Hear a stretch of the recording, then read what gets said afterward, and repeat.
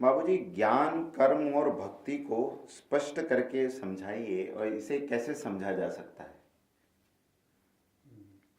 कि ज्ञान यथार्थ ज्ञान ही ज्ञान है। तो सत असत विवेचनी बुद्धि रहकर हम किसी चीज को हम देखते हैं तो उसके भ्रम में नहीं पड़ते। तो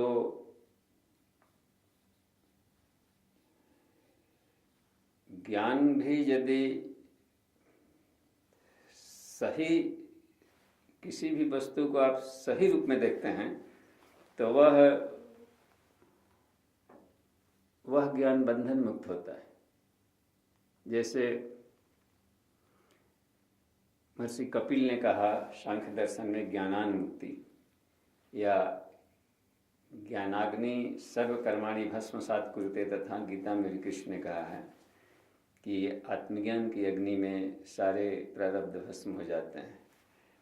तो एक होता है कि बिना जानकारी के कोई कर्म करेंगे तो हम उसको गलत करेंगे, और जान करके करेंगे इसके सारे सिस्टम समझ करके, तो उसमें आदमी ये अच्छा और भी अध्यात्म ढंग से उसको किया जाए तो वो बंधनकारी नहीं बनता है। तो किसी भी चीज़ का जानकारी पहले बहुत ज़रूरी है जो हम करने जा रहे हैं।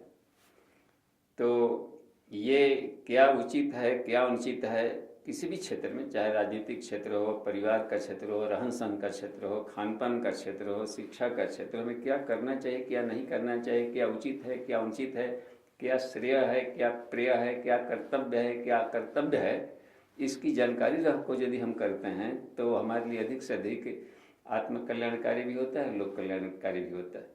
तो इसलिए पहला चीज़ होता है कि हमें अपने उसके ज्ञान के स्तर को बढ़ा लेना चाहिए कि सही यथार्थ ढंग से उसके, अब जिसमें मान लीजिए कि 24 तत्वों से सृष्टि बनी, तो इन तत्वों के गुणकर्म स्वभाव मालूम हो तो इसमें आदमी उसके साइड इफेक्ट नहीं आएंगे, उसमें फंसेगा नहीं कहीं और भ्रम में कहीं नहीं पड़ेगा, सही सही ढंग से करेगा। तो किसी भी विषय का पहले थ्योरी पक्ष हमें जानकारी रखना चाहिए, तब जाके हमें कर्म पक्ष में उतरनी चाहिए। तो सही और शुद्ध ढंग से कार्य होगा। अज्ञानता में किए गए कार्य में जानकारी सही नहीं हो तो सही कर्म नहीं होगा, सही कर्म नहीं होगा तो सही फल नहीं मिलेगा। तो इसलिए ज्ञान को ये सबसे श्रेष्ठ में रखा गया है कि पहले हम ज्ञान को हासिल करें, अब उस ज्ञान का प्रैक्टिकल करें।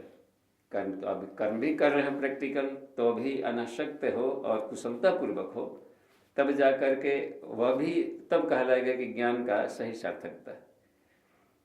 और भक्ति जिसे ज्ञान और कर्म को सही दिशा में मिला देते हैं, तो भक्ति कोई अलग से वस्तु नहीं है। भक्ति होता है सद्ज्ञान सत्कर्म को जोड़ना, जोड़ देंगे तो एक सरसता आती है, यही सरसता भक्ति बन जाती है। तो हमें समन्वित, भक्ति का मतलब समर्पण होता है, समन्वय होता है, ज्ञान और क्रिया जुड़े। तो भक्त है शास्त्र जानकारी मिल गई लेकिन आचरण नहीं उतार रहे, तो कर्म में उतार देंगे तो वो उससे तब सरसता बनती है। तो भगवान के भक्त आत्मज्ञान और संसार का सही ज्ञान रखते हैं और साथ ही साथ उस ज्ञान को कर्म में उतारते हैं, तब यह शुद्ध रूप से सेवा कही जाती है। तो ज्ञान कर्म भक्ति को इस रूप में लिया गया है कि हम ये तीनों अलग अलग भी नहीं है। सांख्य योगो पृथक वाला प्रवर्तन्ति न पंडितः, कि सांख्य और योग में जो अंतर करते हैं वो बालक होते हैं, बाला प्रवर्तन्ति न पंडितः। तो इसका मतलब हुआ करता है कि शुद्ध ज्ञान ही सही कर्म कर पाएगा, और सही कर्म जो कर रहा है इसका मतलब है उसके पृष्ठभूमि में उसका शुद्ध ज्ञान काम कर रहा है। और दोनों का समन्वय जब हो जाता है तो वो भक्त सही भक्त के श्रेणी में आता है। तो इसमें कहीं गुत्थी है तो समझ में जहाँ नहीं आती है पूछा जा सकता है। नहीं, ये क्लियर है बाबूजी। हाँ।